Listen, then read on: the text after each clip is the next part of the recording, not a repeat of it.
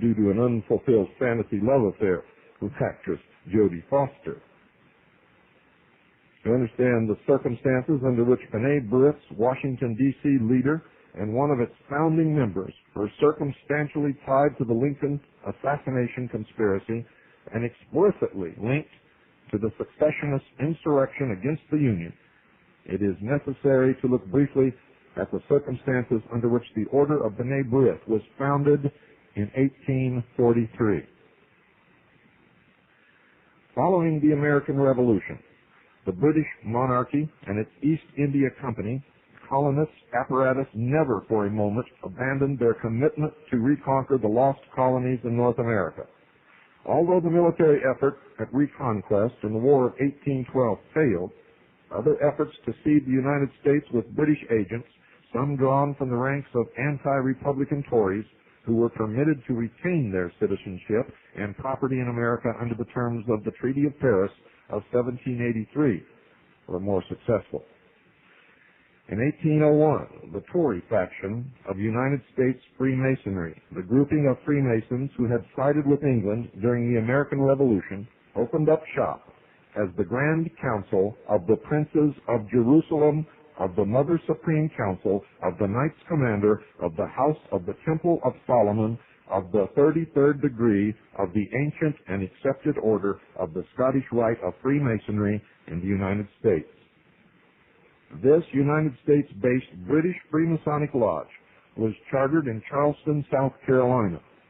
The members of this British-led secret society would direct the Confederate secessionist insurrection a half-century later, and other Scottish Rite members would be among the founders of the B'nai B'rith. They, too, would be leading Confederates. Apart from the esoteric mission of spreading an explicitly anti-Christian form of Roman pagan worship and occultism among the early generations of American citizens, the Charleston Lodge also sought to build up a network of pro-British merchants, spies, and politicians in both the North and the South, who would one day play a pivotal role in the reconquest. Many of these early Masons became wealthy through their business dealings with the British East India Company and the Dutch West India Company in both the cotton and the slave trades. Among the founding members of the Charleston Scottish Rite Lodge were many prominent Jews, including Isaac de Costa, Moses Cohen, Israel de Liban, Dr. Isaac Held, Moses Levy, and Moses Piexoto. Many of these men, ladies and gentlemen, were Sephardic Jews from North Africa or from Spain, who had originally settled in the Caribbean and engaged in the early slave trade. These Jewish Masons set up their organizations, which also maintained active liaison to Great Britain's powerful Jewish community. The Hebrew Orphan Aid Society was one such nominally benign group that would produce one of the most rabid secessionist leaders, Judah P. Benjamin.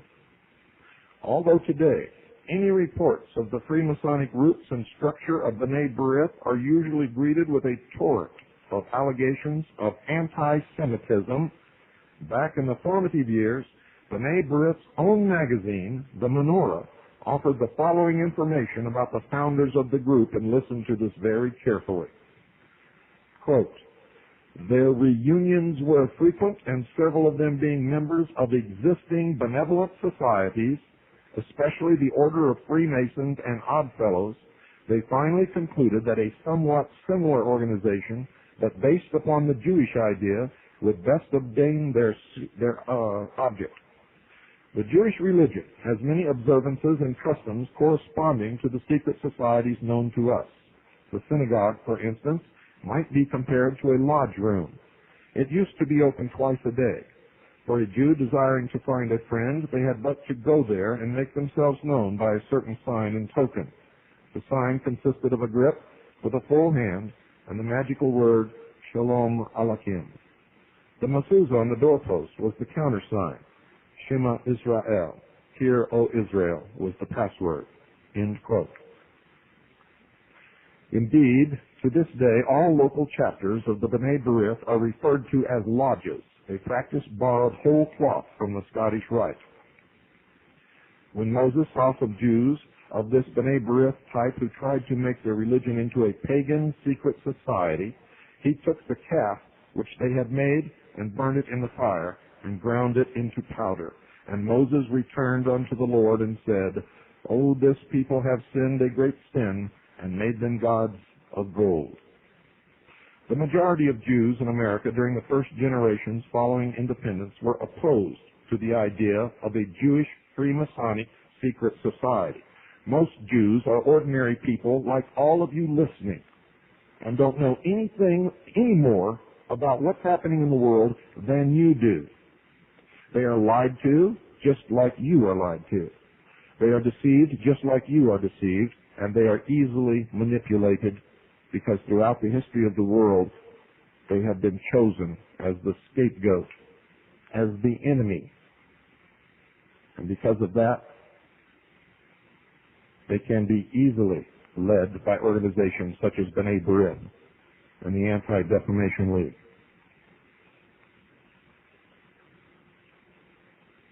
Israel Joseph Benjamin, a noted European Jew, in his memoirs, 3 Years in America, 1859 to 62, wrote of the B'nai B'rith that, quote, this is a secret society like the Freemasons with passwords and the like, and was quite a new phenomenon for me. Still, I think the existence of such a society not at all necessary, end quote. He was right, ladies and gentlemen. The secret agenda of the B'nai B'rith, like that of the southern jurisdiction of the Scottish Rite, was to destroy the Union and pave the way for reconquest. The ultimate goal, one world totalitarian socialist government. You see, B'nai B'rith is not the synagogue. B'nai B'rith is not Jews. B'nai B'rith is not Judaism. B'nai B'rith is just another organ under a different name of the ages-old Illuminati, who practiced the ancient mystery religion of Babylon in secret. They call themselves the Great White Brotherhood, the Brotherhood of Man, the Illumined Ones. And if you've listened to our series on Mystery Babylon, you know the rest. Two leading B'nai B'rith allied figures would serve as exemplars of the strategy for permanently dividing the Union. One was Judah P. Benjamin and the other August Belmont. Benjamin, who lived from 1811 to 1884, was born in the British West Indies to Sephardic Jewish parents who moved to Charleston, South Carolina in 1827. He was inducted into the Charleston Hebrew Orphan Aid Society, one of the precursors of the B'nai B'rith. After attending Yale College in New Haven, Connecticut, he was forced to drop out under a cloud of scandal.